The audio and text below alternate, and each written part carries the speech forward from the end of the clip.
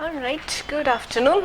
A hot, sultry afternoon. Thank you for coming in spite of the heat.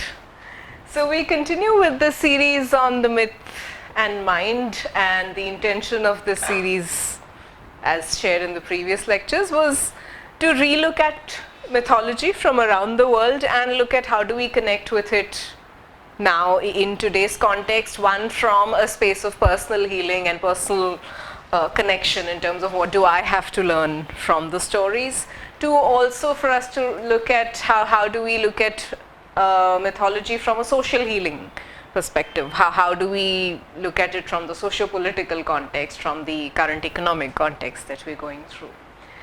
So today's myth is about the Greek hero Prometheus. So we're jumping a bit from the Indian stories that we've been looking at in the last couple of lectures in this series. So far what we've looked at is in the first part of the series, we looked at the septenary framework that Helena Blavatsky had proposed and looked at mythology from that perspective in terms of what do we really mean by layers of caste, for example, in the Indian context, or layers of the body from a somatic perspective. And how do we explore mythology from that perspective? And in the last talk, we looked at Arjuna as an archetype and what does it mean for us here and now. Today we move into the Greek pantheon and look at the story of the Titan Prometheus. And the story is interesting and extremely layered and complex. And it's interesting to also look at the parallels in Oriental and particularly Indian mythology.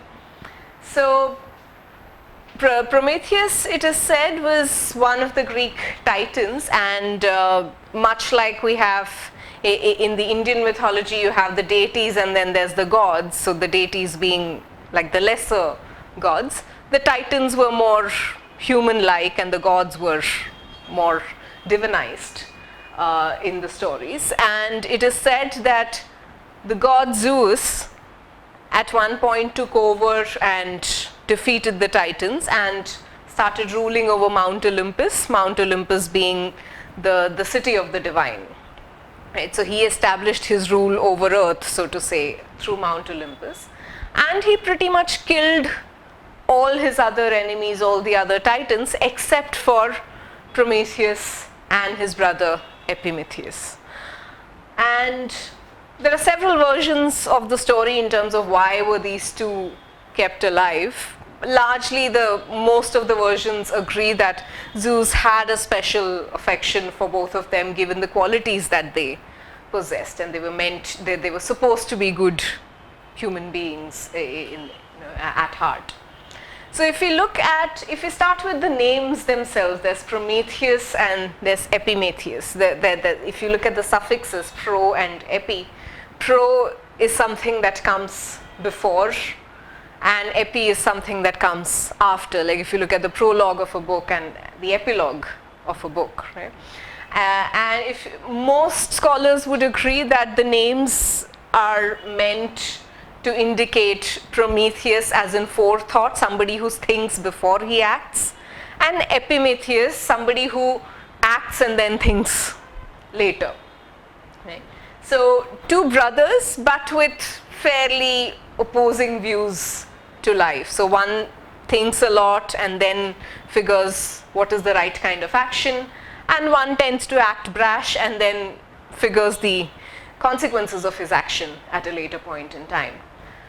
So these two brothers are allowed to exist by Zeus.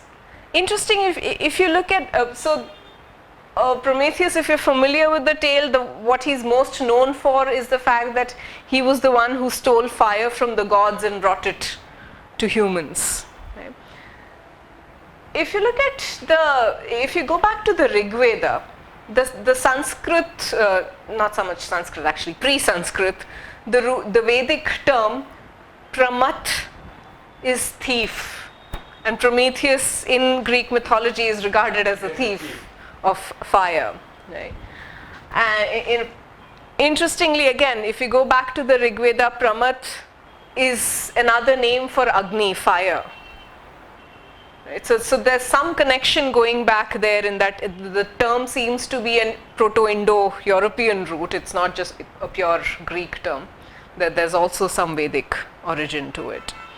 From the Rig Veda, the moment you come down the ages to the Atharva Veda, Pramat also includes other elements. So Pramat is sometimes used to indicate wind, it's sometimes used to indicate water, but originally it seems to indicate fire. So there's some connection there.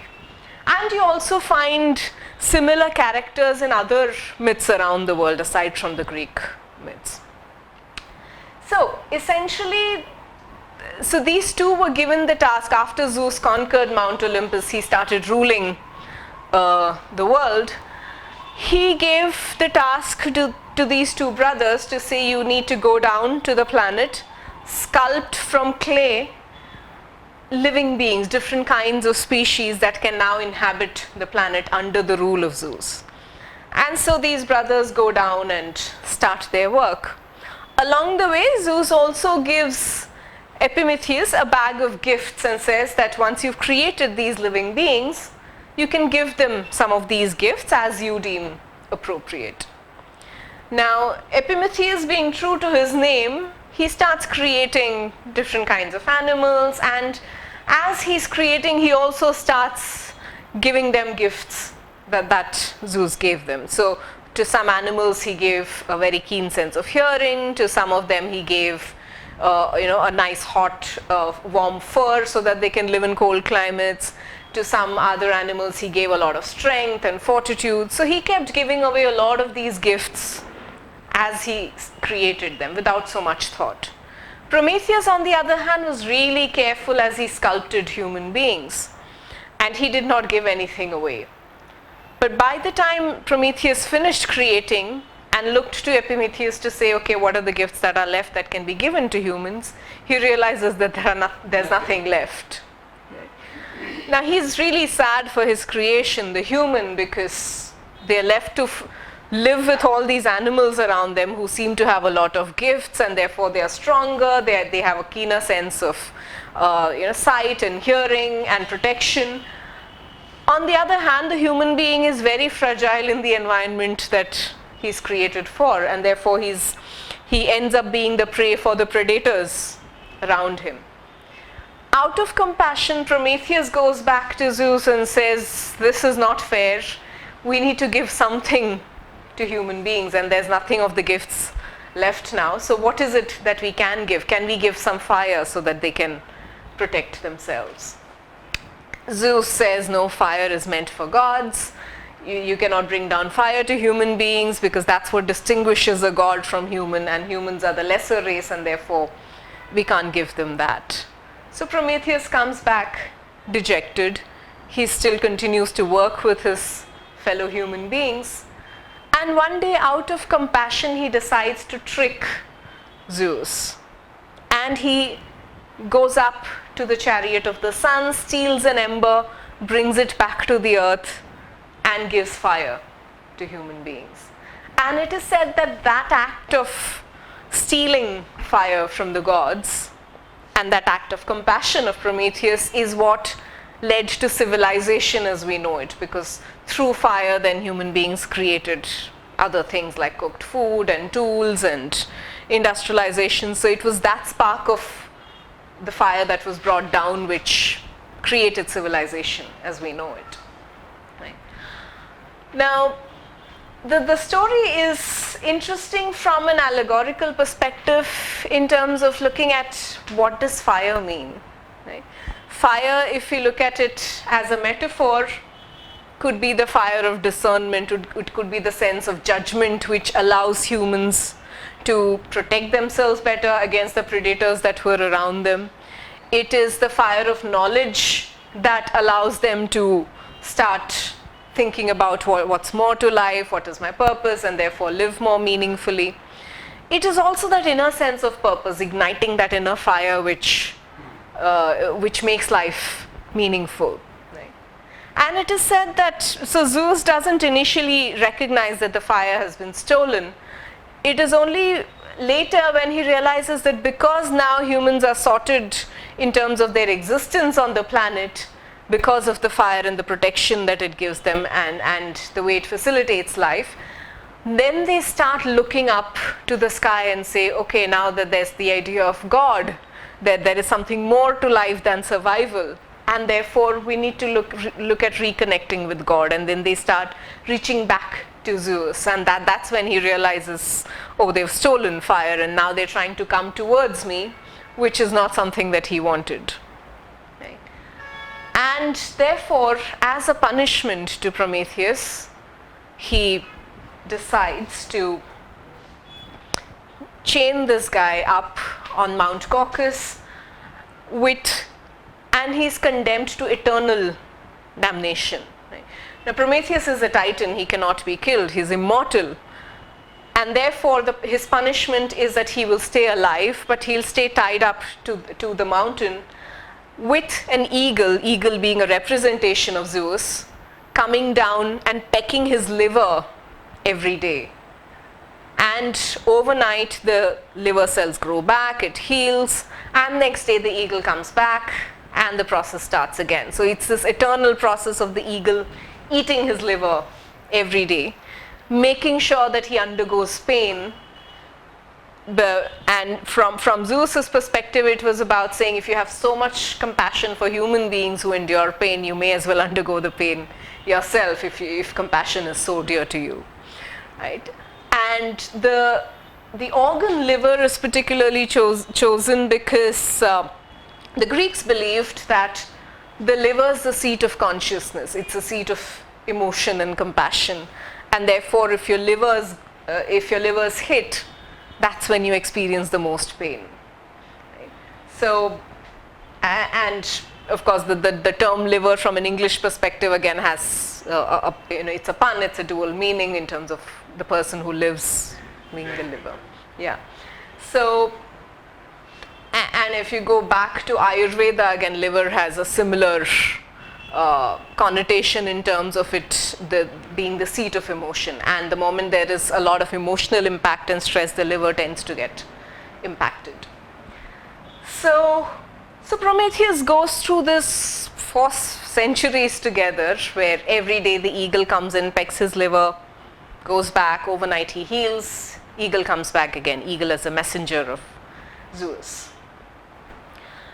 Interestingly, if you go back to Rig Veda, again, the term Pramath at a later point down in the Samveda also means son of Garuda, son of eagle. So there's again some connections going back and forth there. And this process goes on and on till Hercules, or Heracles as he's known in the Greek myths, Hercules in the Roman myths. One of his 12 labors is to go fetch the golden apple from a place near to where Prometheus is tied up. So in the process of his 11th labor, he happens to come across Prometheus and then helps him. He kills the eagle, unchains him, and Prometheus is freed at some point in time. So while the story has many layers and a lot of complexity, what I'd like to leave us with is this really simple piece in terms of what happens to those that bring fire to our lives. If we have to look at our social context, people that bring fire, people that bring a sense of consciousness, awareness, for example, Nelson Mandela in his time saying that apartheid is not okay and everyone should be treated equally, bringing in that sense of fire, of igniting a new sense of hope. What happens to someone like him? What happened to someone like a Gandhi in India? Or what happens to social activists in our world today who are fighting for different causes, which could be environment or animals or the planet in general? Right? And there's that continued myth of the Prometheus constantly flowing in terms of these activists being prosecuted till there is some Hercules who comes in much later and then frees them in some way. Mandela had to spend those 27 years in prison till he was freed. So the myth lives on. Right?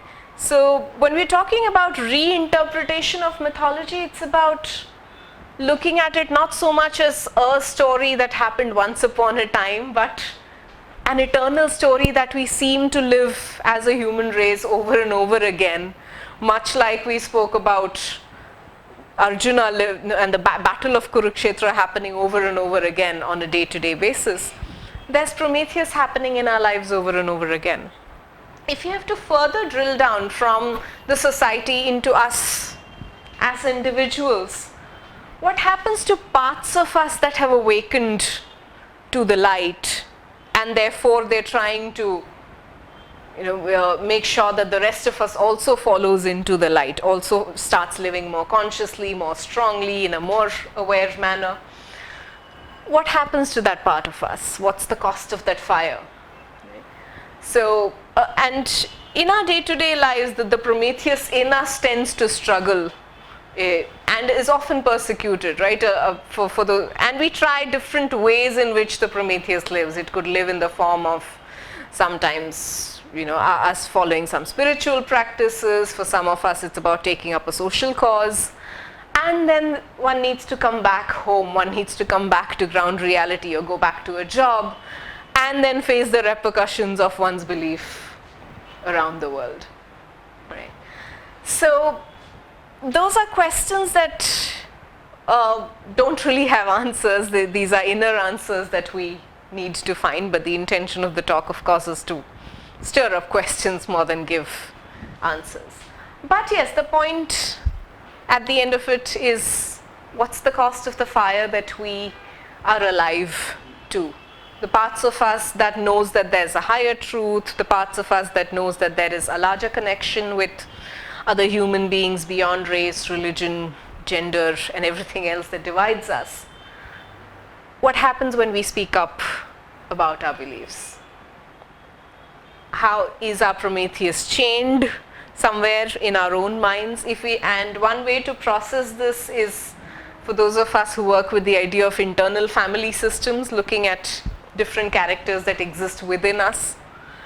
Look at what part of me is the Prometheus, what part of me is the Zeus, and what part of me is perhaps the Hercules that is trying to rescue it. Okay. So it's a deep exercise when one goes into it.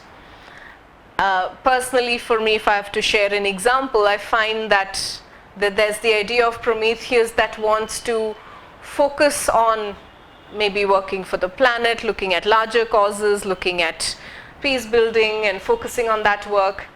And there is another part of me that says, stay practical, pay your bills, earn money, and therefore come back from that space. And in that process, the Prometheus is, well, I wouldn't say chained, but partly exiled, in terms of saying, you shut up, and when things are convenient, we'll come back to you. And then somewhere there's the Hercules that keeps trying to rescue it back and bring it back into mainstream life. So that's the inner struggle that we live with, another version of the battle of Kurukshetra that fights in us. Right? So yeah, that's what I leave you with today. What's the cost of your fire? What's the cost of your enlightenment or your awareness? And how do you pay for it? And how do we rescue the Prometheus back? Yeah. So deep questions, so not seeking answers, but leave you with that. Yeah. Thank you. Quite thoughtful.